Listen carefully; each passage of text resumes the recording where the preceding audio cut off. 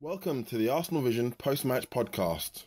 Well, then Perez has got the better of it, and he looks to get the better of Schmeichel, and he's done it. Wilson's going to fall here for Alexis.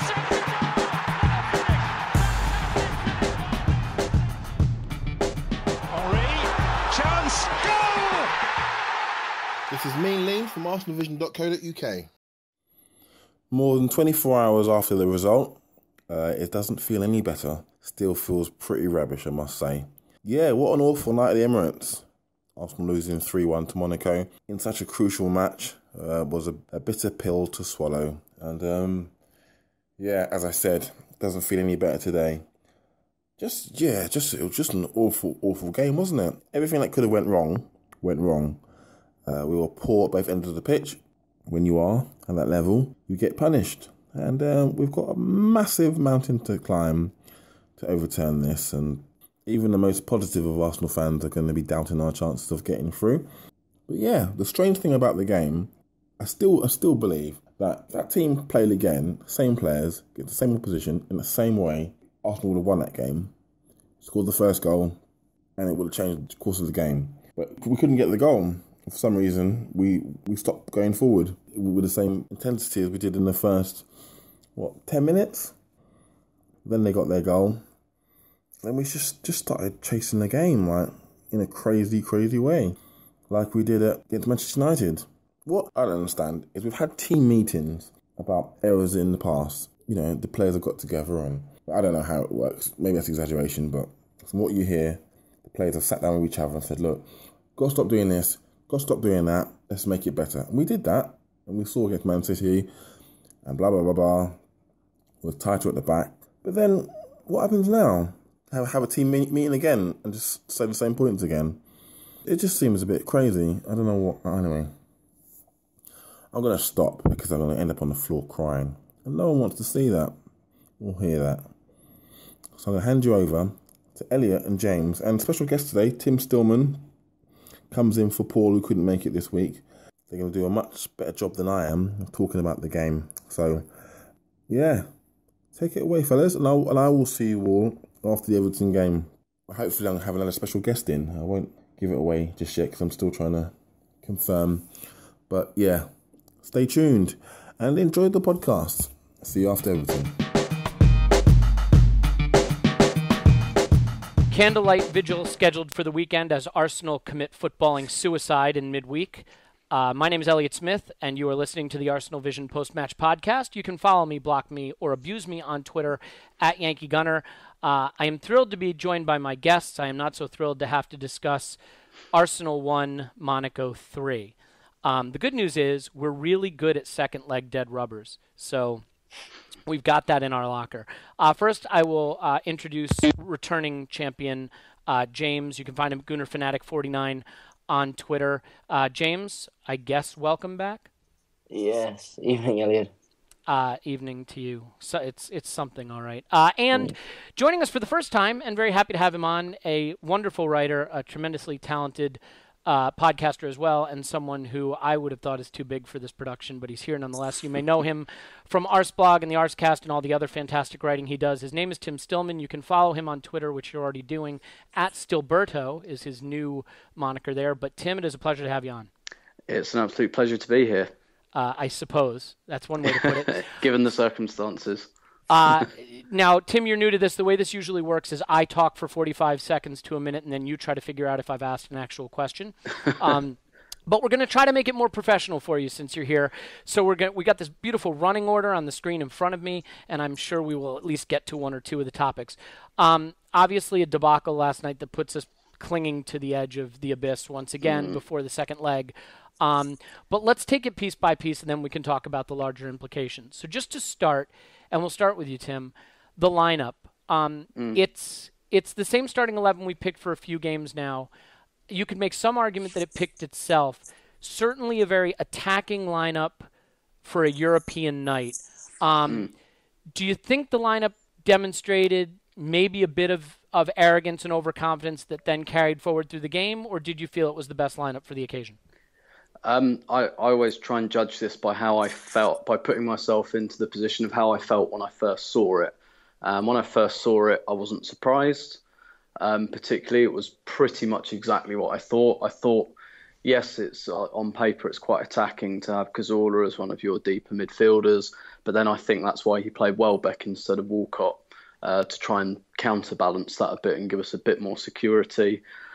I was slightly surprised to see Gibbs in for Monreal, but I thought that was because Monreal is one yellow away from a suspension and that Wenger reasoned he'd prefer to have him available for the away leg, which again, and Gibbs is hardly a terrible backup, so I wasn't, I was surprised, but I wasn't, unduly shocked by that. So, no, I think in midfield, had we had someone like Ramsey or even Wilshere available, I'm sure they'd have come in alongside Coquelin, but we just didn't really have anyone available. We didn't even have Flamini available.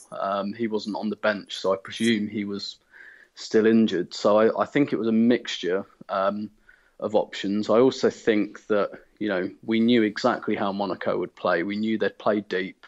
They sit on the edge of their own area. And so we probably knew that means we're going to have a lot of the ball. And actually the onus is going to be on us to break them down. And if you need to break a team down, having as much creative presence as you can possibly muster isn't necessarily a bad thing. I think maybe when we play against teams like that, I prefer to have at least one of Rosicky or Chamberlain in the lineup, just because I think they commit players and they pull teams like that out of shape a bit.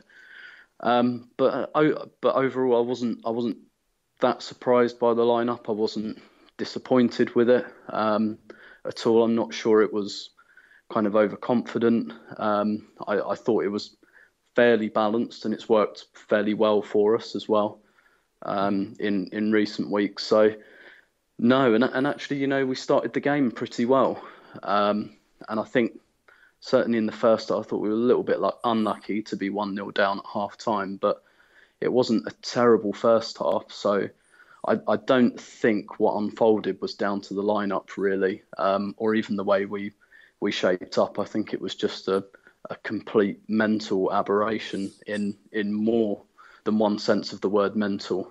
Yeah, well, and to be fair, if the match was 5 minutes long, we would have absolutely battered them. So we were a little unlucky that it was 90 minutes this time and not 5. No, I tend to agree with you that I wasn't surprised by the lineup, although to be fair, I really thought maybe Szczesny was going to come back in, as I thought Ospina had started to look a little ropey, especially against Palace.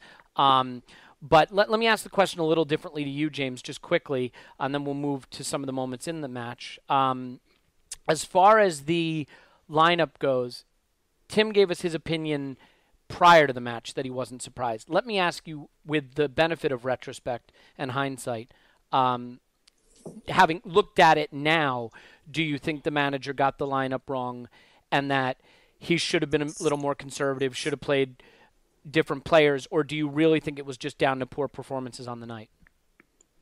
Even in hindsight, I don't think the lineup itself was necessarily wrong as such. Even before the game, the biggest surprise for me was having both Gibbs and Bellerin playing as fullbacks, because we know that Wenger likes to often have one more sort of marauding fullback with one who likes to sit slightly deeper, who doesn't push forward quite as much. So normally I would have associated a backline that either is comprised of a Monreal and a Bellerin, or a Chambers and a Gibbs. Gibbs and Bellerin are both fullbacks that, with the pace that they possess, like to bomb forward, like to provide a little more support for the wingers ahead of them. And I think we did see, especially on that second goal, when both Gibbs and Bellerin had pushed forward, and I think it was it Sanchez who lost it on the right with Bellerin only just behind him.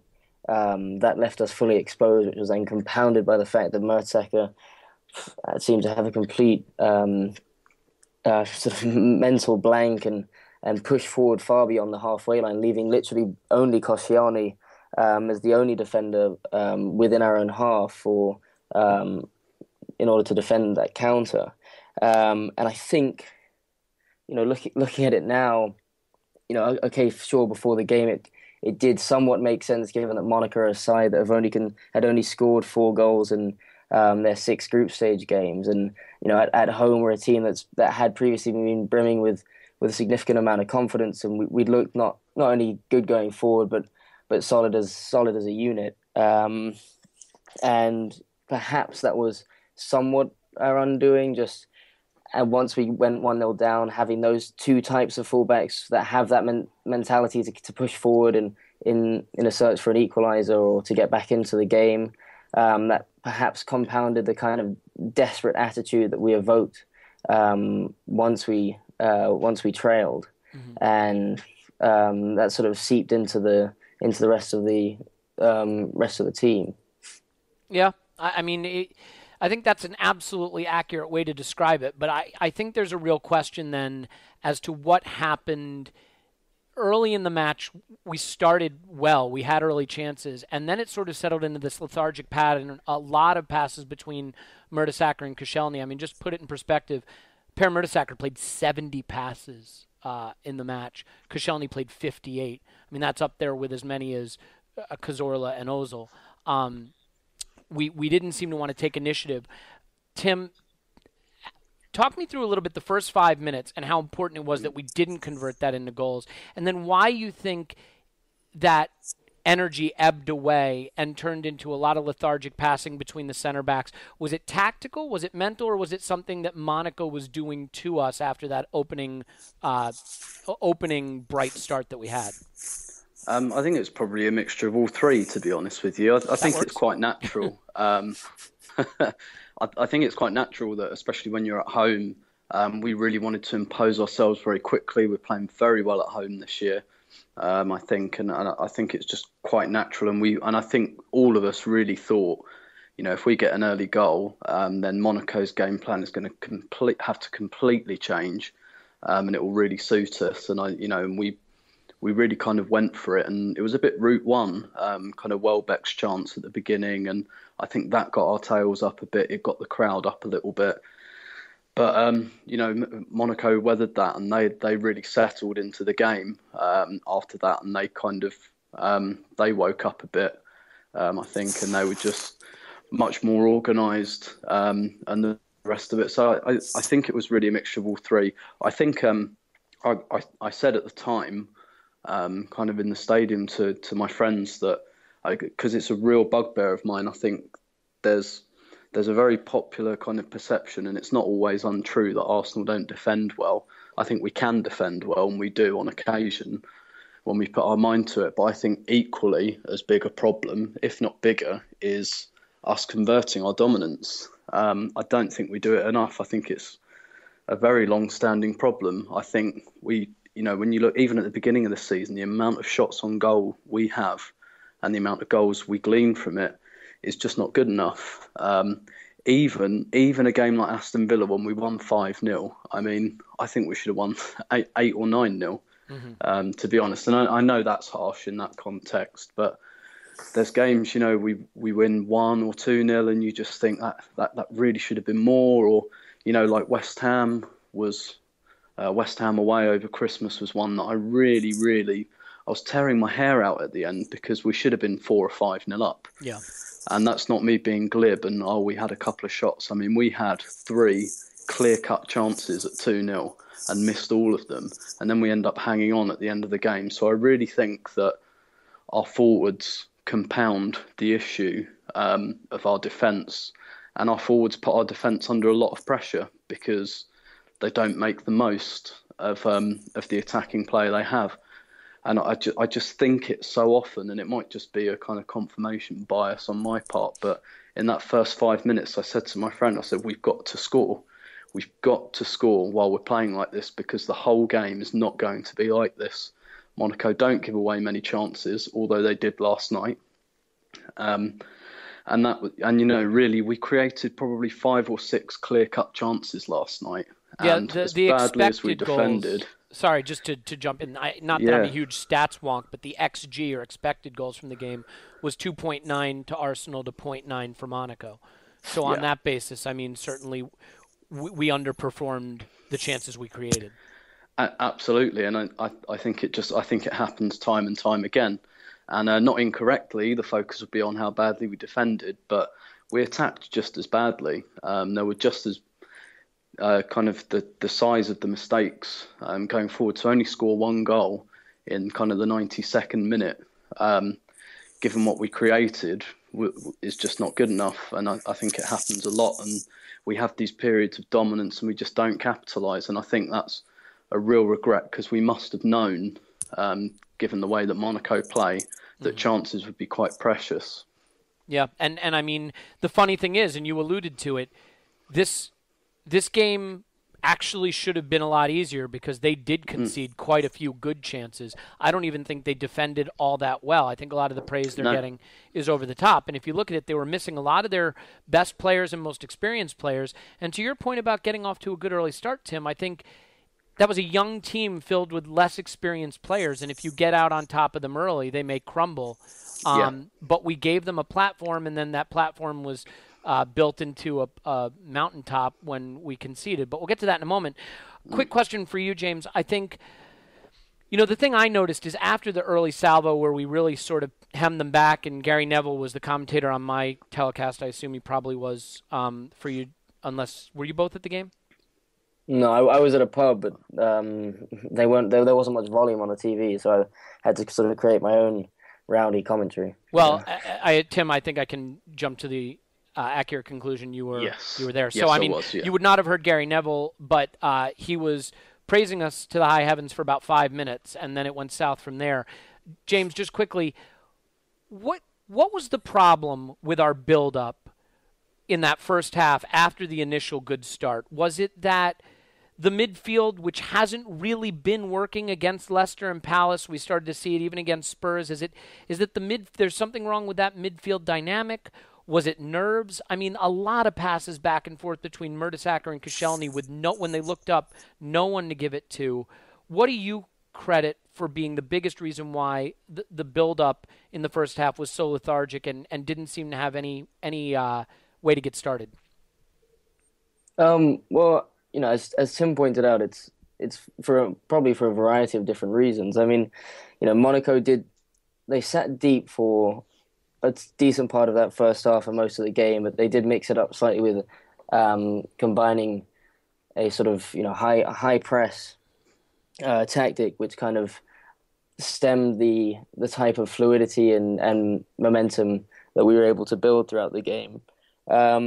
But I think since we've seen Santi play in this deeper role outside of this number 10, I think although there's the argument to be made that he now receives more of the ball, and you obviously want to get one of your most technically gifted players on the ball as much as possible. And I think having him deeper not only has highlighted some of the defensive frailties that we see in his game, which I think definitely came into play for Monaco's first goal, but also he's often not necessarily in areas of the pitch in which he can influence the game as directly as he might otherwise do. When you have a player like Alexis and a player like Welbeck as well, albeit players that possess a lot of pace and who do have the potential to make very direct runs, they're both players that are able to take the ball quite deep. I think we sometimes get quite congested in the midfield in deeper areas, compared to, say, for example, when we brought Theo on, or when Theo tends to play, he tends to play right on the line of Monaco's defence, constantly pushing, constantly causing problems for the defenders with runs that he makes. And when you have a player like Alexis who comes deep to receive the ball a lot of the time, I feel like that naturally it allows various pockets of spaces to be pushed out by compact defenses. And I think this current attacking lineup, we did well against, we were somewhat clinical against Palace, but as Tim has said, we've been quite wasteful as a side for long periods, and I don't even think just this season, but the seasons prior to. And you look to a Welbeck who I think isn't perhaps the most clinical of finishers. He's a very solid all-round player. He possesses a lot of different types of qualities, but I don't think finishing is necessarily the attribute with which you suggest is is his best skill, so to speak, or even Giroud, who's been more clinical recently, didn't was far from being so last night. Even Alexis, I know he's gone on I think is it 6 games he hasn't scored now. Certainly a few games that he hasn't scored. He's looked slightly rushed, and so the problem is when you start missing those first few chances, we seem to get quite. I'm not sure if nervous is the right word as a team, but we tend to panic. We don't have this sort of subconscious mentality whereby we almost feel like any game we play, whatever the scoreline, whatever the moment of the game, that we sort of deserve to win. That kind of winning mentality that you can often refer back to, certainly with, say, the Invincible side or Ferguson's United's, for example. And I think, part of it comes down to perhaps the system not necessarily bringing out the best in, say, a player like Santi Cazorla, but I think there's also, unfortunately, this kind of mental blockade that we're seeing. And as soon as we become slightly wasteful as a team, you can really see that sort of nervousness creeping in to the style of play that we have, and that kind of desperation, and that lack of patience in the build-up and the way in which we try and fashion out chances. Well, and interestingly, there was a statistic tweeted at me that I think is really fascinating. Since 2012, every single year in the Premier League, the number of points on average that we've taken from games where we concede first has been on the decline. Now, obviously, there are other things that you need to look at to know what those stats tell you, but to me it says we are dealing less and less well with adversity, and our style of chasing a game has become increasingly vulnerable, left us increasingly vulnerable. I want to read something out to both of you really quickly, and then we're going to move on and talk about their first goal, because that'll be fun. By the way, Tim, you wouldn't know this, but there's usually a segment of this podcast called Elliot's Criticism Corner. I assume the whole podcast sort of qualifies for that, so we can just bypass that. But Naveen, or NJM1211, does some great tactics articles. He writes for 7 a.m. Kickoff quite a bit. And he did a 3-part series on the changing Arsenal tactics and evolution of Arsenal's tactics over the last 5-6 years. This was written before last night, but I think it's very, very telling. I just want to read out this piece to you guys because I think it sums up last night. It says, however, the evolution of Arsenal still has a long way to go, both in defense and attack. They still play in and out of possession with a lack of compactness. The lack of compactness in possession has problems associated with it. It lowers the ability for players to interact and makes counterpressing too difficult to potentially execute. The lack of compactness out of possession, combined with a lack of ball orientation on the defensive shape, hinders Arsenal's ability to control space out of possession. And I think that really sums up last night. We weren't compact in possession because the midfield players weren't close enough and compact enough to give each other options to bypass pressure. And then we clearly weren't compact enough out of possession. And I'm wondering if we are really starting to see the impact of losing a Mikel Arteta, and we've talked about that in recent weeks, and his ability to receive the ball from defense, give the ball to the attacking players, and start an attack. He may not have the bite or the engine that a Coquelin has, but he has that metronomic, ball recycling, possession-oriented passing game that I think we're starting to miss. Tim, obviously, if you sort of want to vehemently disagree with any of that, feel free. But with respect to the first goal, it really seemed to knock the stuffing out of us. It came from nowhere. But 2 questions for you. Who's to blame closing down? And did you think Ospina could have done better in that situation? That was a very interesting extract, by the way, and I do completely agree with it, especially vis-a-vis missing a player like Arteta, because whether you like it or not, Arsenal are a passing team, and he's one of our best passers of the ball, and he establishes that from the very beginning. So I very much agree with that, and I think what you read out there as well, just quickly, that when I was kind of hearing that, and I was thinking, this is why I think Oxlade-Chamberlain is a starting 11 player, because I think he solves some of those problems in a way that a lot of our other players don't. But anyway, we will get to him. That's fine.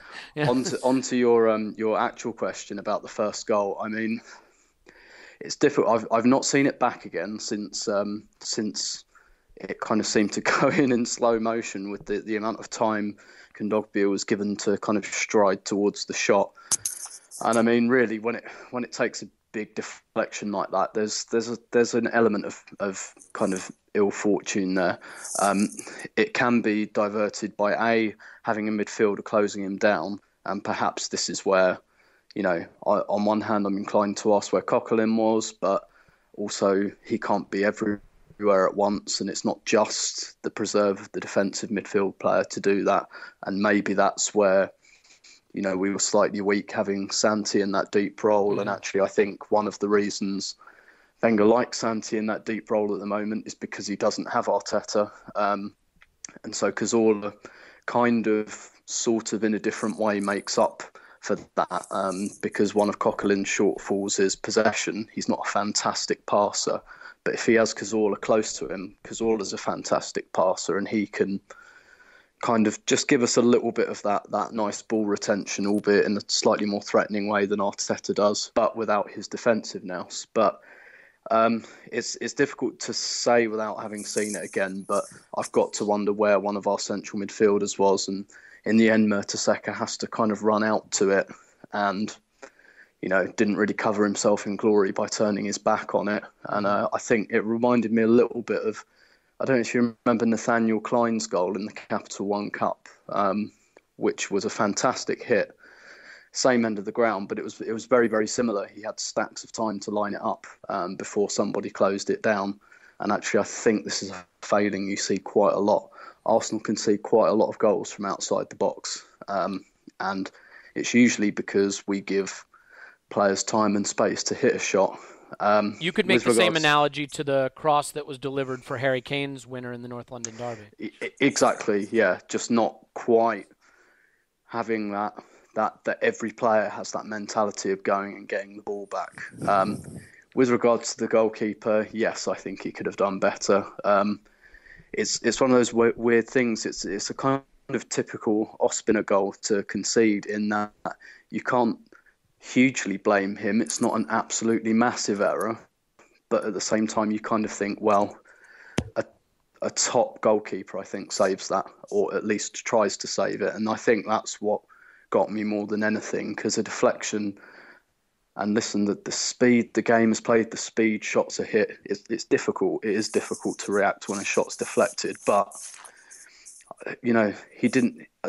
If he'd have thrust his arm up, he might have got it, and it might have been a complete stab in the dark, him doing so. But the fact that he didn't react at all, I find that slightly worrying, and that's why I think he could have done better. Not necessarily to say he definitely should have saved it, but I think he definitely should have tried to save it, which he didn't, which I found a bit strange and a bit disconcerting. And I think, I think Wojciech Szczesny would have been absolutely crucified for that. I think he would have been crucified for 2 of the 3 goals, frankly. Yes. And no one's saying it but me, because I see the glass is 3/4 empty. I even think for the second goal, it went into the center of the net. When it flies into the center of the net, I feel like you should get something on it. But let's move on from the first to what happened after the first. I mean, we don't seem to deal with adversity well. One of the reasons is we don't seem to know how to chase a game professionally. This was not a 90-minute cup final. This was the first leg of 180 minutes, and we treated it the same way we treated the United game in some ways. It reminded me of that game where you're a goal down at home and you've got 9 or 10 men in their half of the pitch. But before they did get a second, we had chances to equalize and chances galore. James, let's talk a little bit about the chances that came in the second half and what really happened to us.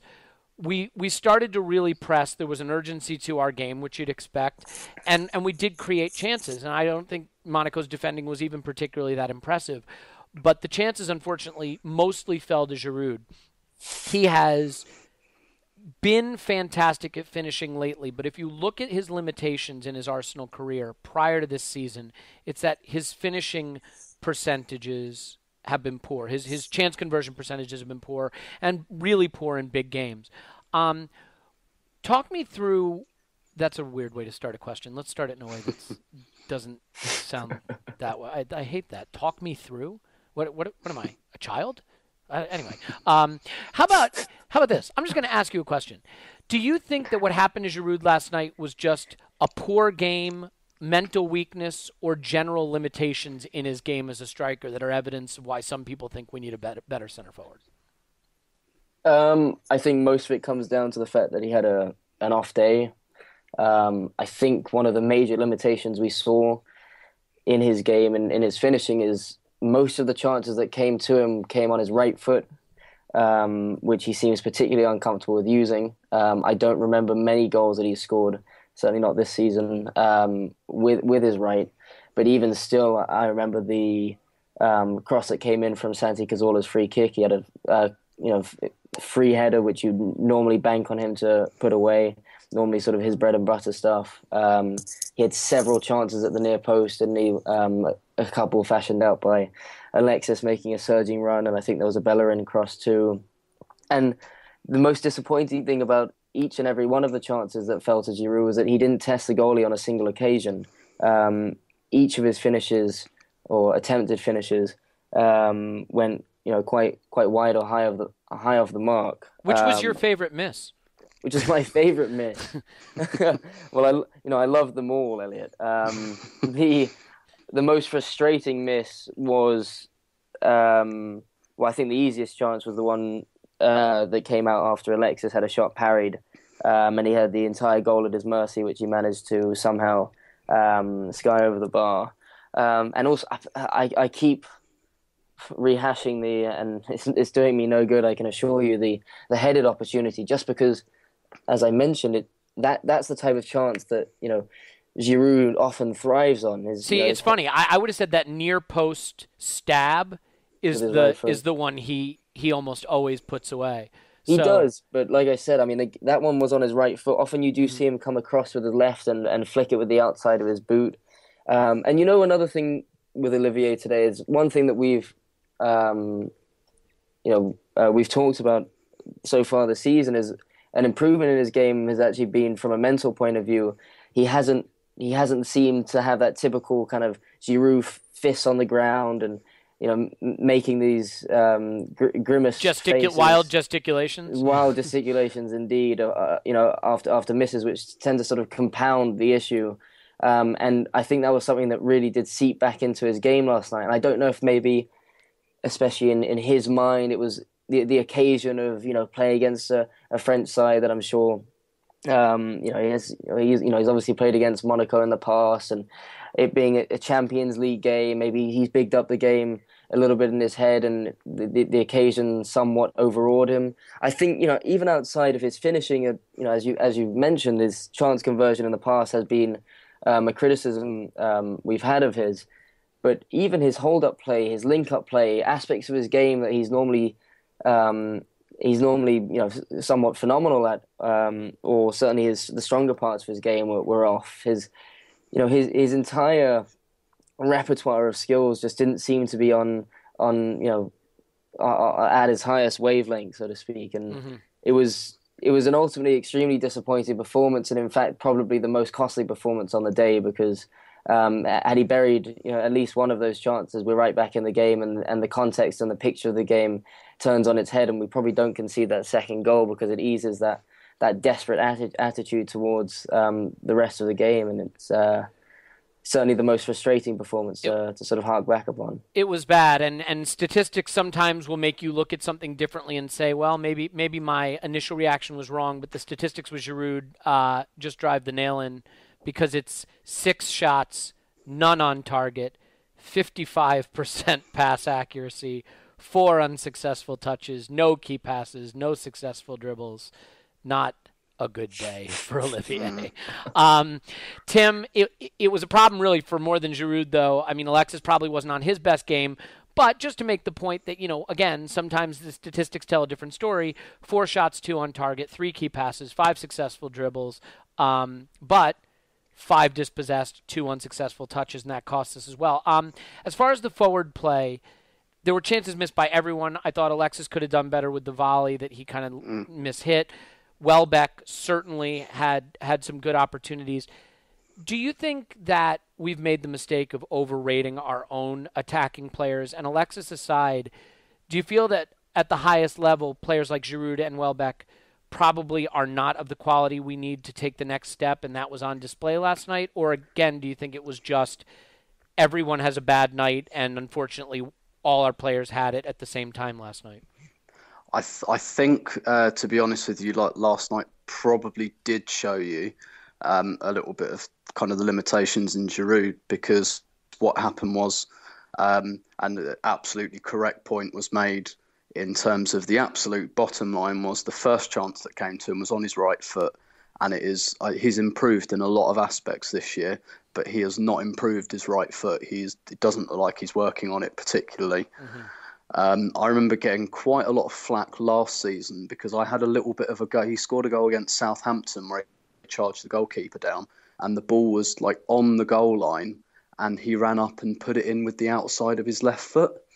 And I picked up on that, and I just kind of said, listen, I know the guy scored a goal, and a lot of people, oh, he scored, shut up. But I was just like, if this guy will not put the ball into an open net with his right foot and actually go and make an unnatural stride to put it in with the outside of his left, that is bad news. That is very bad news. Yeah. He does not trust his right foot to score in an open goal from 2 yards.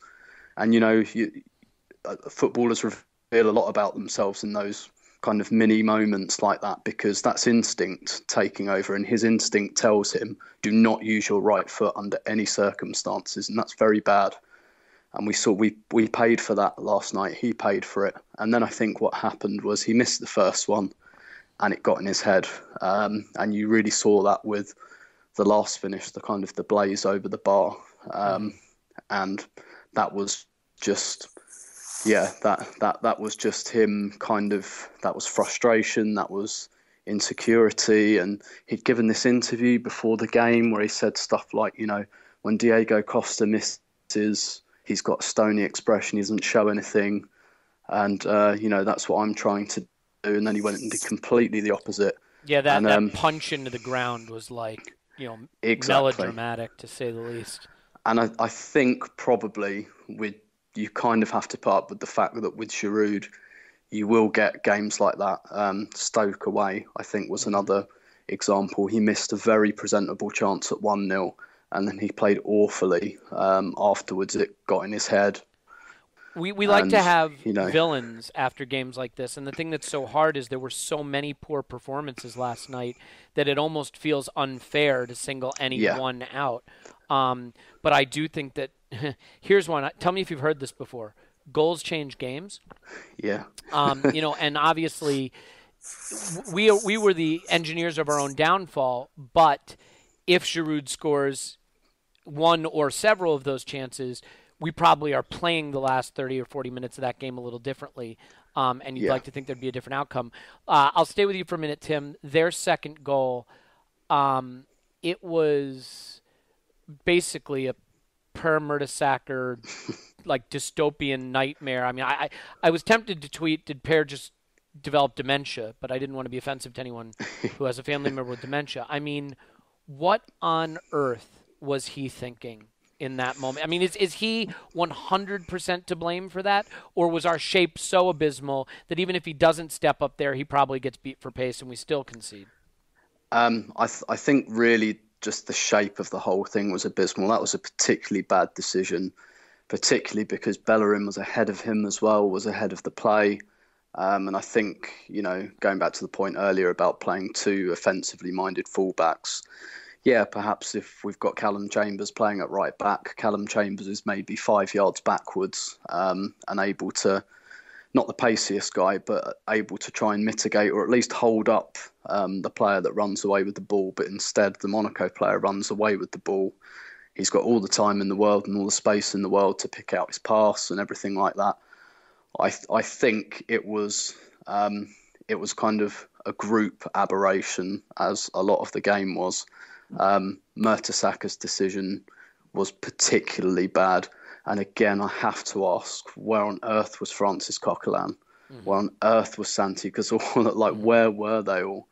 Because I, again, haven't seen the goals back, but I just just don't remember where they were. Tim, there's a tremendous screenshot of the moment. I've seen the screenshot. Yeah, it's the moment the ball is played, and the only player in our half is Koscielny, and he's not far in our half, I'll tell you that much. Did Koscielny make a mistake there, choosing to stay with the ball? Should he have drifted to Berbatov and put the pressure on the guy who's carried the ball 40, 50 yards, knowing that Berbatov is the more clinical player, or is that one of those situations where it's a lose-lose for him? It's a lose-lose. I played centre-back for many years in my youth, and I can remember very, very vividly those moments where you're 1-on-2 and you think, and nearly always the ball would go in and everyone would go, what are you doing? And you just, why didn't you go to the ball? And be like, but if I go to the ball, I leave the player open. Or you go to the player, oh, why didn't you go to the player? And, well, but if I did that, then, the pass is on, and there's nothing you can do that's correct. Yeah. And listen, a player like Berbatov as well, one thing is, I remember very vividly the second the ball fell to his feet, he's a player you just think he's not missing. His accuracy from the penalty spot and everything like that. He's so calm. The second the ball got to his feet, I just knew it was in. Yeah. I absolutely knew it. So that was a real kind of group aberration, I think. I just want to go back slightly to your point about the front three and perhaps overrating them. And please, yeah. And I don't really count Alexis in that group, by the way. I was talking more about Giroud and Welbeck. Yeah, certainly. I think that Wenger's still looking for the final piece in that front three. I think, either Giroud or Welbeck as the centre forward. If he can improve on that, I think he will. I think he's happy with Alexis there. I think there's a third piece there that he's still looking for, and I still think he's looking for that little bit of guile. I think he's still looking for his Pires, basically. I think he's looking for someone who will take the ball high up the pitch, who can take players on, who can kind of drift in and play a pass. And, Ozil can kind of do that from the left, but he prefers really to drift in without the ball rather than with it. I think he wants a ball carrier, and I think he really wants, a Marco Reus or a Julian Draxler or somebody of that ilk who can carry the ball from the flank infield and create a bit of trouble. I think that will be the final part that really balances the front three. And then I think you'll have three nicely blended types of player. You'll have the kind of electric player like Alexis, you'll have the target man, and then you'll have that player with a real bit of creative guile who can carry a ball. Mm-hmm. And I think that's really what he's looking for now. And at the moment, I think we've got a lot of good forwards, but I'm not necessarily sure that there's any combination that really convinces. And this is one of the reasons I think Chamberlain has to be a starter, at least often, because he's the only one who can beat a player. He's the only one that can take players on. And when we're playing packed defences who can pull them out of shape, no one else really does that. But I think maybe he'd like a slightly more subtle player than Oxlade-Chamberlain, perhaps someone who's slightly better in front of goal. But I think he's still looking for that final piece, and I think he'll try and do it in the summer. Yeah, and I think if anyone believes that the manager is 100% wedded to Giroud, down a couple goals, needing to get back in the game, he hooks his center forward at 59 minutes. That's as close as Arsene Wenger is going to come to admitting, you stink, get off my pitch. I mean, that was pretty telling to me, because that's an early substitution. That was an emotional substitution as well. Yes, it was. And that was you don't often see Wenger do that. That was I've had enough, get off kind of thing. Absolutely, and because he knew he was going to take a beating from the crowd at that point too, and he didn't spare him anything. I mean, at that moment, because look, we're chasing the game, we still need goals. It's not a tactical change. It is a change that says you're not good enough right now. Get off the pitch. And let's face it, what really is Theo Walcott going to do against a defence that's sitting that deep? Nearly create a goal within minutes of coming on the pitch, but he didn't finish it either, and neither did Welbeck. James, once we were 2 goals down, this is a topic that I want to cover with both of you, but James, I'll give you the first crack at it. We're not going to have Elliot's criticism corner, but maybe we can have Elliot's crazy corner. Like, what in the fuck are we doing? Putting 9 men in their half, chasing a deficit at home in a 180-minute tie. It reminded me so much of the Manchester United game where, okay, we're down a goal, and in the league, losing by 2 is the same as losing by 1, but down a goal with plenty of time, you don't have to chase it like it's the 91st minute of a cup final. And we did it again against Monaco, and at that level, you're crazy to think that you're not going to get punished. And what I want to ask you is it that the players are too naive? I mean, the manager sort of hinted at that after the match, but to be fair, the manager took off his holding midfielder and replaced him with, Rosicki and, with Alex Oxlade-Chamberlain first, and now you have a midfield that's even more attacking. Is the manager sending the message to the players with his substitutions, go chase this game like chickens with your head cut off, or is it simply the players who are not being tactically astute enough? Firstly, the analogy with the United game is almost scary. Not only in the way in which we approached the game after going a goal down, but in the way in which we wasted our chances, the desperation that seeped into our play, and it's extremely worrying to have the same type of game play out almost minute for minute, especially in the same season. And then, you can even look to several seasons past. At this point, it doesn't even matter if you've got Alexis Sanchez or your Santi Cazorla or your Mesut Ozil on the field. We could have had Almunia in goal, Sylvester at the back, Denilson in midfield, and Bentner up top. And I feel like the outcome or the way in which the game would have played out wouldn't have been too dissimilar. We've seen it far too often, especially in the Champions League over the last few years, and unfortunately, that has to indicate that the issue is far more endemic than the individual players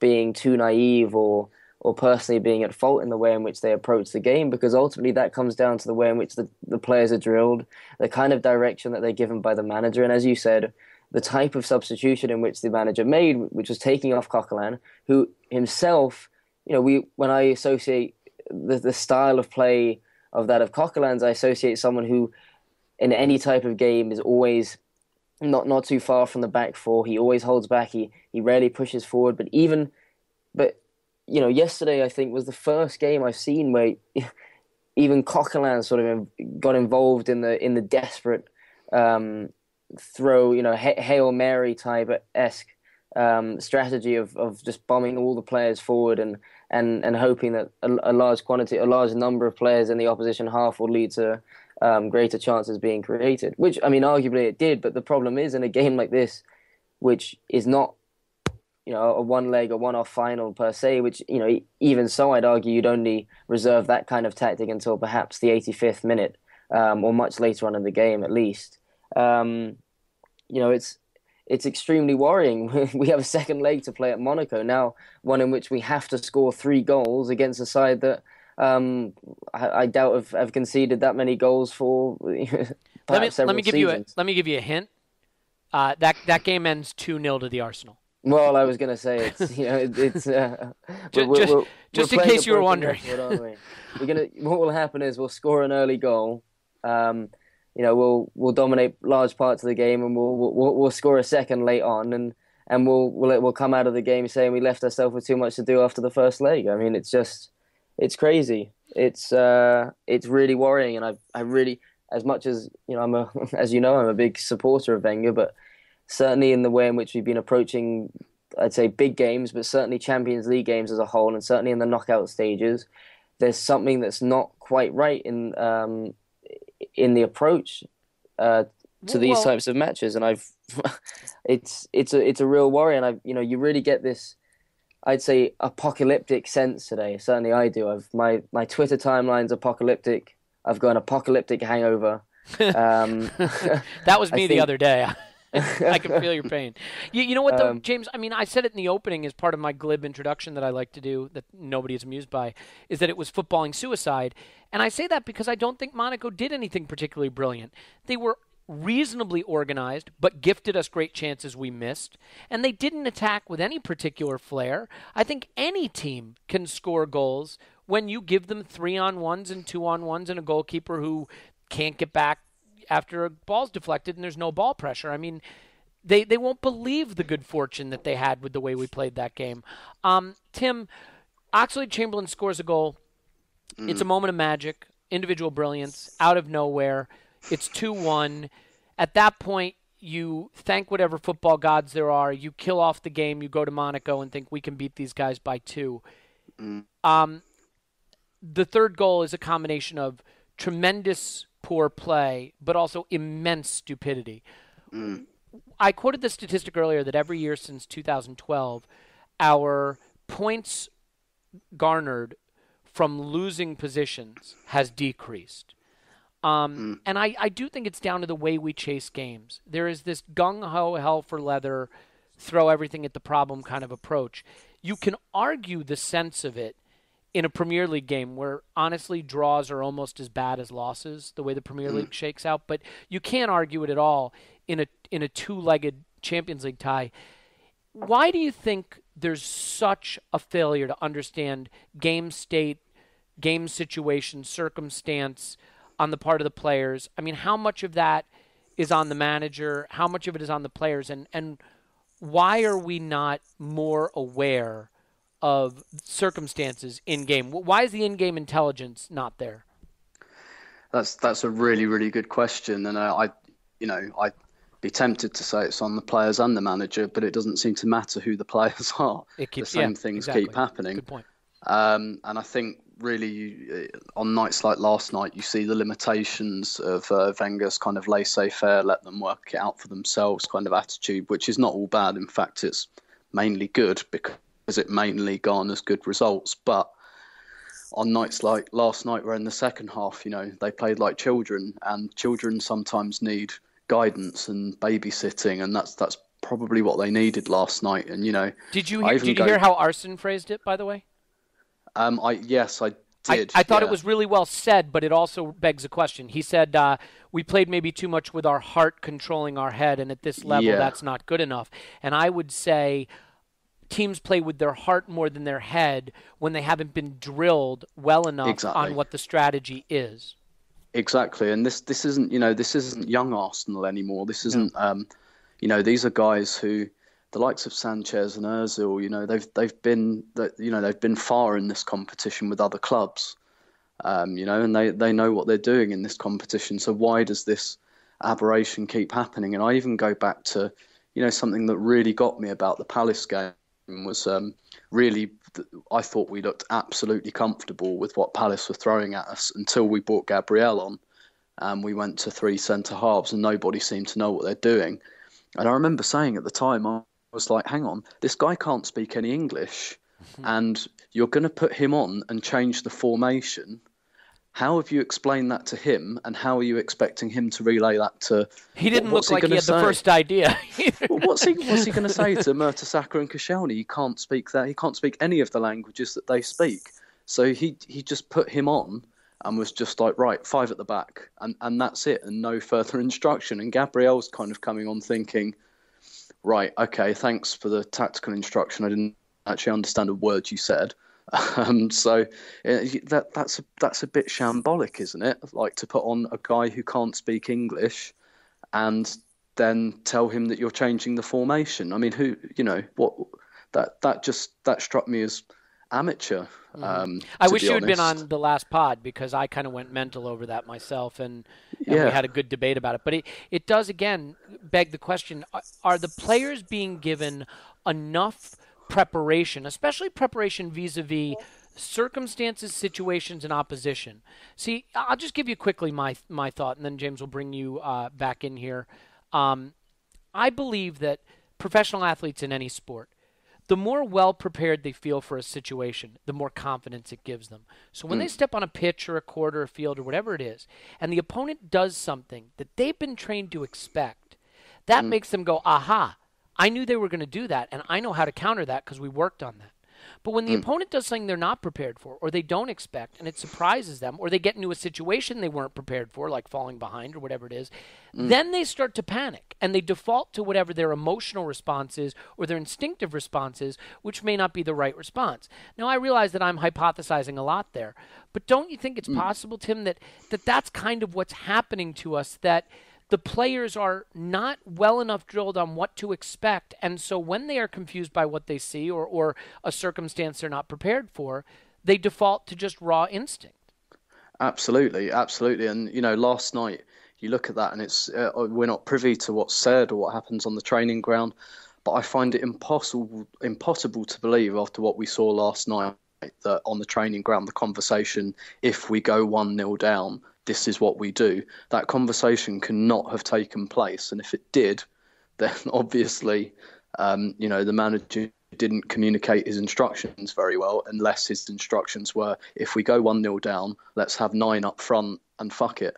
Well, James, the manager doesn't always do himself any favors either. He said after the match, and it's not the first time we've heard it, he said it after the Manchester United match. I don't know why they were playing like that. Maybe it was a little naivete. Should a manager ever not know why his players are playing a certain way?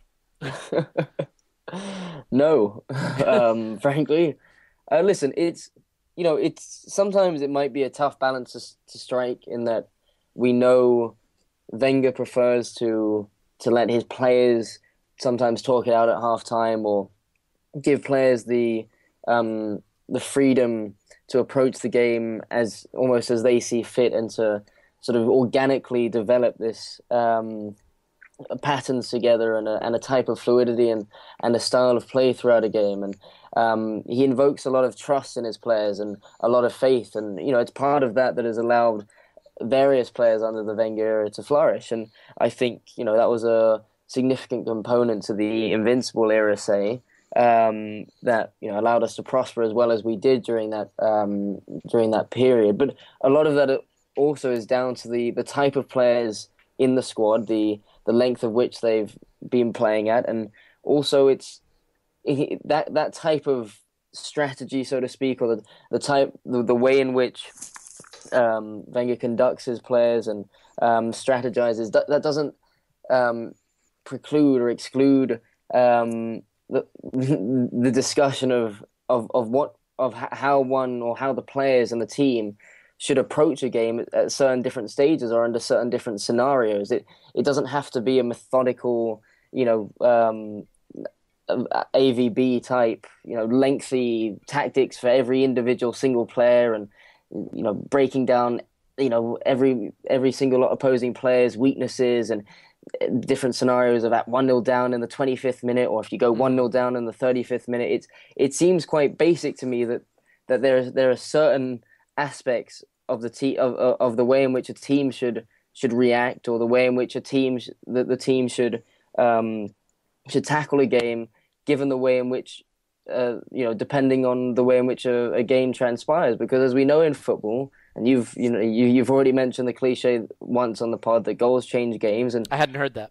Yes, and we've seen it quite regularly from our side that we've scored within 30 minutes for a larger majority of games this season, and it's given us a platform in which to build a more solid base and a way in which to really sort of take teams by the throat and push on and grab, say, the 3 points or grab the victory. But you can't bank on on every time coming up against an opponent and always scoring the first goal, especially early on in the game.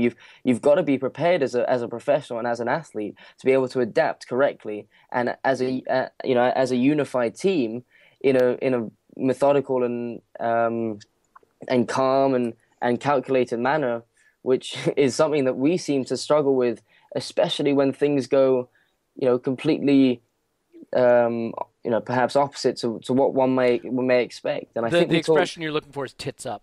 Tits up, indeed. Yes. I think before the match, or in the pre-press conference, Wenger had been questioned a lot about us being, going in as favourites. How did the team feel being favourites for this, Champions League tie, despite having come second in the group? And he said, we approach any game, with the same type of mentality. We focus on our game. And frankly, I don't think we did ourselves any favour, actually, because any favours in the way in which we did approach that game, because it seemed very much like we had this sort of self-entitlement going in. We attacked, albeit well from the off, but the kind of desperation that we evoked, it seemed like we just weren't prepared at all for the possibility of even going behind at that, especially at the stage of the game that we did. Well, I mean, because our dear listener has been so kind as to make it this far with us, I'm going to cut a few items off the running order as we get towards the end here. I'm just going to speak to a couple things really quickly, which means 10 minutes from now I'll be back to asking you guys questions. One thing that stood out for me is that after the game, Arsene mentioned that we knew that they would absorb pressure and counterattack, that those are their strengths. Well, if we knew that, it sure as hell looked like we were playing right into that strategy. I didn't see any evidence on the pitch that we expected that to be their strategy. And everybody knew that was their strategy. So I think it's a little strange the way we set up and the way especially we chased the game, because we basically said, hey, Monaco, you know those things you do well? Well, we're going to play right into that. And part of the problem, too, is you can't afford to have a lot of players go missing in the same game. And, I mean, Ospina, I think we all agree, could have done better. I did want to get to the question of now, is it finally time to go back to Szczesny? But my suspicion is that all of us will say yes, and so we don't need to spend a lot of time on it. I thought Mesut Ozil, unfortunately, had another big game where he did not have the impact that you'd like to see him have, although you could probably say the same of Sanchez, who was dispossessed for their second goal. Oxlade-Chamberlain dispossessed for their third goal. A lot of individual errors. I'll jump to the part that's really uplifting, though. Tim, is this the worst loss you can remember? I'm putting this in some lofty company between 8-2 at Old Trafford and the losses at Stamford Bridge and Anfield last year. For me, in terms of pain, sheer pain, and because of expectation that we would finally make it forward in the Champions League, this one hurt me worse than I can remember. How far do you have to go back to remember feeling this bad about a loss? I had to kind of categorize into Champions League defeats. I was thinking this on the way home last night. And, Lucky you. And then and then I thought to myself, wow, there's quite a lot of these, actually. I was thinking about like Valencia in 2001. I even thought of Fiorentina in 99 when we went out at Wembley, and that was awful. That one where we went out to Liverpool from the Ryan Babel penalty was unbearable. I mean, things like that, those are even games that can go either way. And, and even Valencia was like that. And, and I was trying to think of, real kind of anticlimaxes. And the only one that I can think of that was as close to this one, because I predicted a 1-0 win last night for Arsenal. So I wasn't as super confident as some people were. I was expecting us to be frustrated, but I was expecting one goal, which we got. I was expecting for there to be a bit of huff and puff, but I was expecting us to be reasonably solid, which we weren't. But the one that jumped out at me was PSV Eindhoven in 2007, and that still might take the biscuit for me. Was that an Alex header late? Yes, yeah. The reason for that, I think, fairly similar to this, in that the thing was the year before, it was the context, the year before we'd gone to the final, and the Invincibles side had underwhelmed in Europe so much, and we were all tearing our hair out, going, why can't this team perform in Europe? And then we got to the final, and I just remember thinking, that's it, we've broken the mental barrier. And after the final, I remember saying to my friend when we were kind of drowning our sorrows in Paris, I said, we'll be back in the final within 5 years, I think. I think we've cracked it. I think we've removed whatever this barrier is. We found a way to play. We're defensively more secure. If we keep doing that, I think we'll go back to the final with this group of players pretty soon. And then the next year comes along and we go out to PSV Eindhoven, who, I can handle going out to Bayern, to Barcelona. I can really handle that because they're better than us and they should be. But that PSV one is fairly similar to last night in that it was a very, very big anticlimax because we expected to get through. And I just remember, it's one of the lowest points I think I can remember sitting inside the Emirates, was watching the PSV players celebrate at the end like they'd won the thing, because they knew that was as far as they were getting. Well, and the finality of it, right? Because the tie was over after that. It wasn't the first leg. Exactly. I think that... It's always hard, right, to measure up a first leg defeat against a crashing out. But I think the reason this tops that for me is a couple of things. Monaco were so weakened because of the players they were missing. We were already favorites, and we sort of became, as Arsene might say, super favorites. Because we played with such naivete. Everybody makes fun of the way I say that word. How do you guys say that word? Naivety. Naivety? Yeah, but there is an accent on it. But Naivete, Michael Stipe sings it naivete, so okay. I think you're within your rights. Point taken. By the way, Tim, your next album, "Drowning Our Sorrows in Paris," is your album title. No doubt.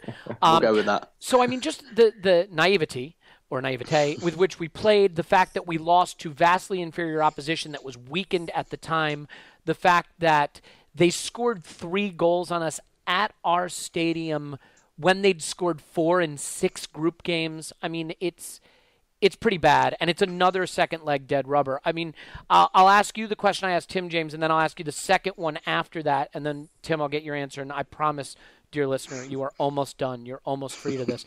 James, worst loss in recent memory and percentage chance that we go through. An exact figure. Yes. Yeah, it's like I said. It certainly feels apocalyptic today. I probably felt just as bad after the Chelsea game last season. In fact, I think it was the first time I had vocally confessed that Wenger's time might be up at the club. So that was a pretty big low for me. Dark moment for you. Yeah. It was a dark moment. I don't know. It's just the circumstances of it. It's the Groundhog Day feeling of, again, looking down the barrel at a last 16 loss in the Champions League. You rounded it up fairly succinctly. We're playing a side that finally, not only are we favourites to beat, but who had a couple of key players in the defensive part of their team out going into the tie.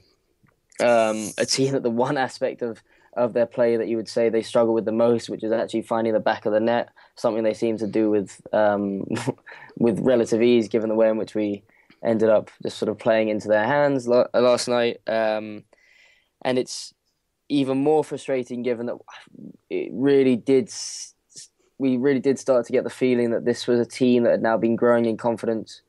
We've had the North London derby aside, we've had a lot of promising results in the league.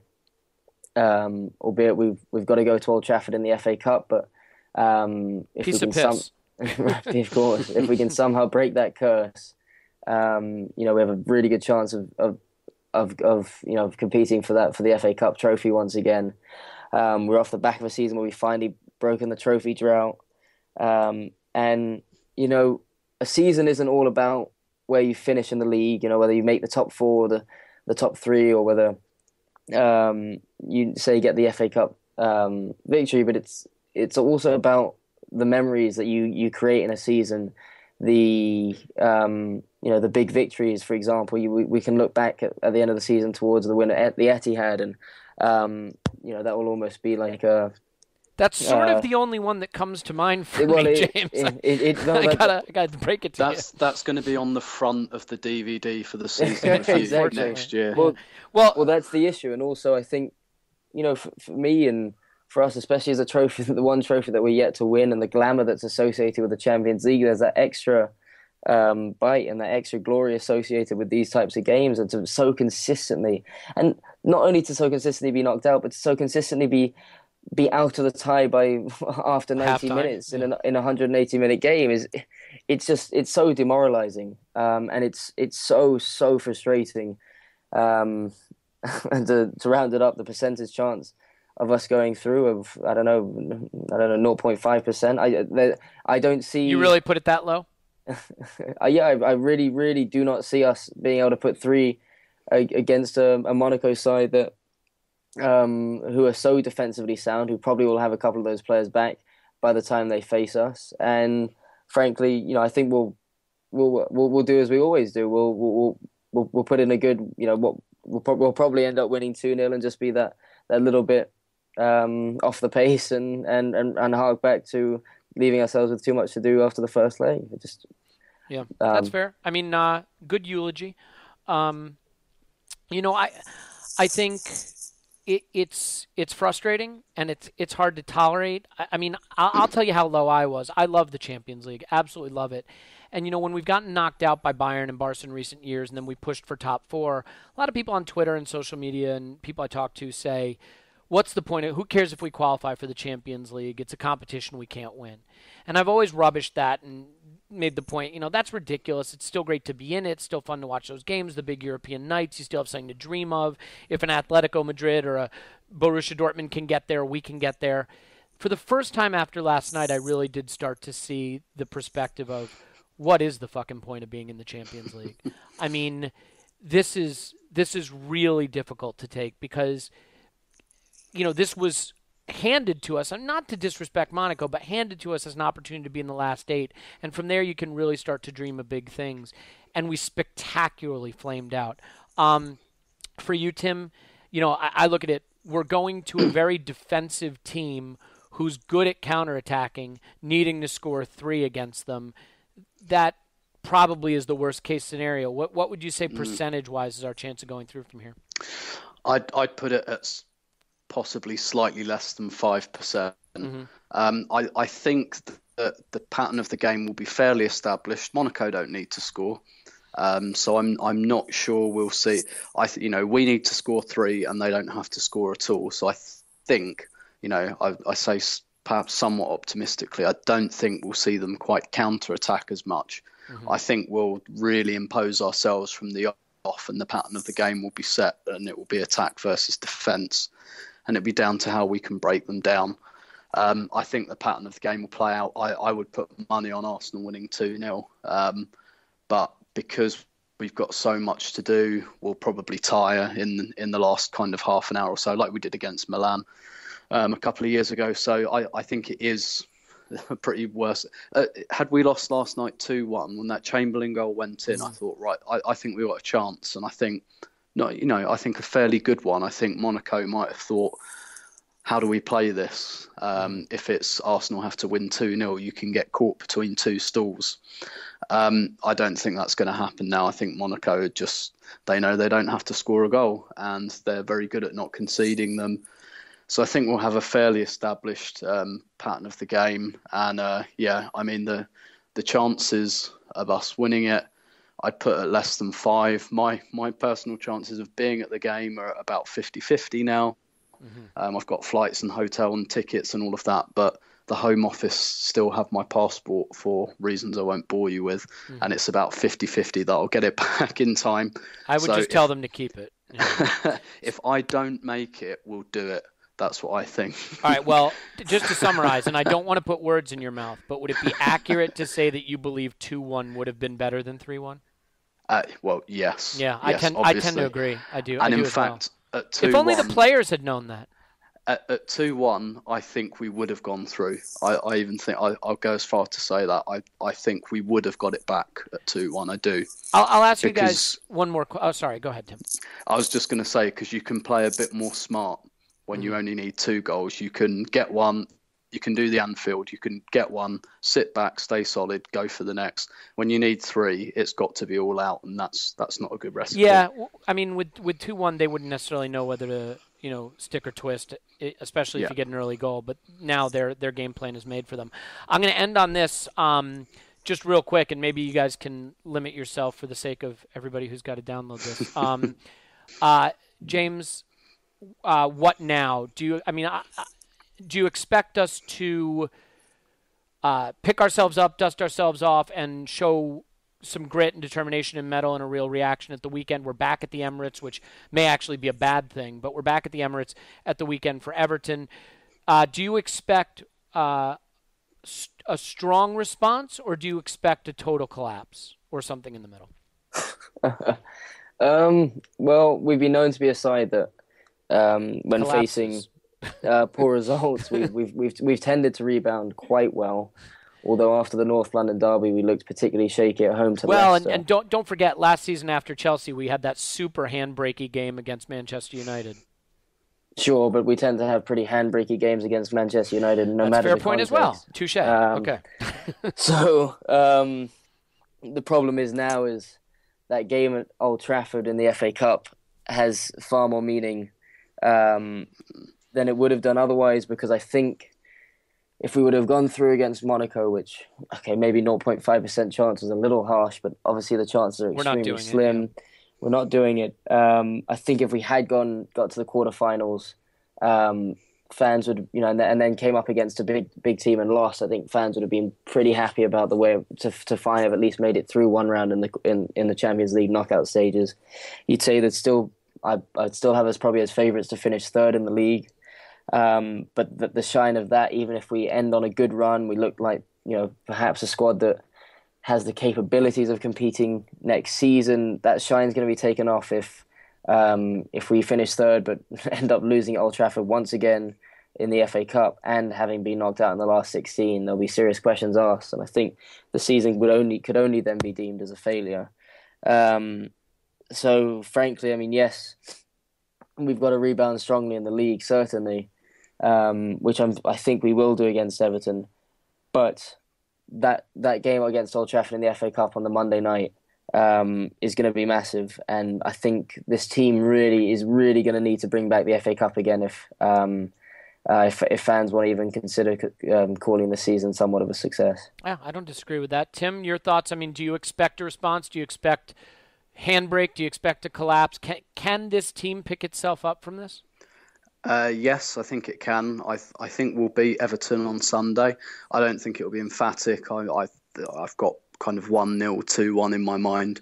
To kind of try and keep it brief, what now? Win against Everton by any means possible, whether it's a good performance or not. And Old Trafford, do not go out of the FA Cup to Manchester United. Just don't do that, because I think if we go out, there'll be a very mutinous atmosphere again. And United are there for the taking. They're not playing well. We're due a win at Old Trafford. We've royally fucked this up against Monaco. So I think there's a slight we're owed something a little bit here to kind of try and salvage this. Do not go out to Manchester United in the Cup. Otherwise, it's going to be a bit of a slog. Home games aren't going to be pleasant for the players or for the fans. So win on Sunday by any means possible. Go through against Manchester United by hook or by crook. And I think, people will be not happy, but their anger will be slightly more silent. Yeah, and you throw in the 4-1 at Monaco, and it's all looking rosy. Obviously. I'm going to summarize it this way, just with my last thoughts in about 60 seconds. I said a couple weeks ago that I thought that the next 4 months would be the most crucial in the manager's tenure, at least since the move to the Emirates. He has as talented a squad as he's had since the Invincibles, or maybe 2007. But the talent is there. The injuries had subsided. The FA Cup had opened up for him. We were right on track to be able to finish top 4 in a pretty weak Premier League. And we had a draw that you couldn't have asked for better in the Champions League. And I said, with the talent he's got, it's time to show now that the criticisms of him are unfair. That with this squad, he brought in Gabriel, he bolstered the squad where he needed to. Coughlin was looking like he could fill the void. It was time to show he could get over the next hurdle in the Champions League. He could bring home the FA Cup again, get us into the top 4, and I think that would really show that he was moving us back in the right direction. Well, we stumbled at the first hurdle. We're out to Monaco in extraordinarily embarrassing fashion. And it's going to take something very, very special from this team the rest of the season to have this not look like Arsenal's worst in years, because with the squad he has, these results are not acceptable. And I know that sounds very inflammatory and precious, but I think you'd agree, and by you I mean the two of you, not the world generally, that this squad is too good, talent-wise, for the return we're seeing from it right now. Yeah, definitely. So, no doubt about it. Sorry to end on a soliloquy, but first things first, let's thank the two intelligent, articulate, sophisticated gentlemen who contributed to this podcast, and of course I'm not speaking of myself. One of them is James. You can follow him on Twitter at GoonerFanatic49. James, as always, it's a pleasure to talk to you, even at the darkest of times. Indeed, even in this apocalyptic time that we find ourselves in. But yes, thank you, Elliot, and Thank you, Tim, for joining us. We will go outside and battle for petroleum on our motorcycles after this. Tim, I have to admit that I have always been a fan of yours, both your writing and your podcasting. So I'm glad we got the chance to speak in person, and it is an absolute pleasure to talk to you. And likewise, real pleasure. And I'll certainly talk to you two gentlemen in the coming days, weeks, months, and hopefully years. We'll toast over the internet to our amazing 4-1 victory in Monaco. And by the way, of course, if you're not already, what are you thinking? Follow Tim on Twitter @Stilberto. Look forward to hearing him on the Arscast from time to time, on Ars America from time to time, and of course, reading him on Ars blog periodically. I think it's Thursdays are your column, Tim? Yes, that's correct. Okay, my name is Elliot Smith. I am Yankee Gunner on Twitter. The block button is easy to find. Be sure to use it. We will be coming to you next time after Everton because that's the next game and this is a post-match podcast, but I will not be here as I am literally, truthfully, getting on a boat in the Caribbean for a week. So there is a possibility that I will not come back. So I will be gone for Everton and QPR. You'll be in the hands of Paul from Pausing in My Pants. I will be back just in time for Old Trafford, though. So no problem there. It'll be another joyous, uplifting podcast. As always, it's a pleasure to be on and speak to you guys about football, though, and about the Arsenal. We'll talk to you next time. Cheers. Woohoo.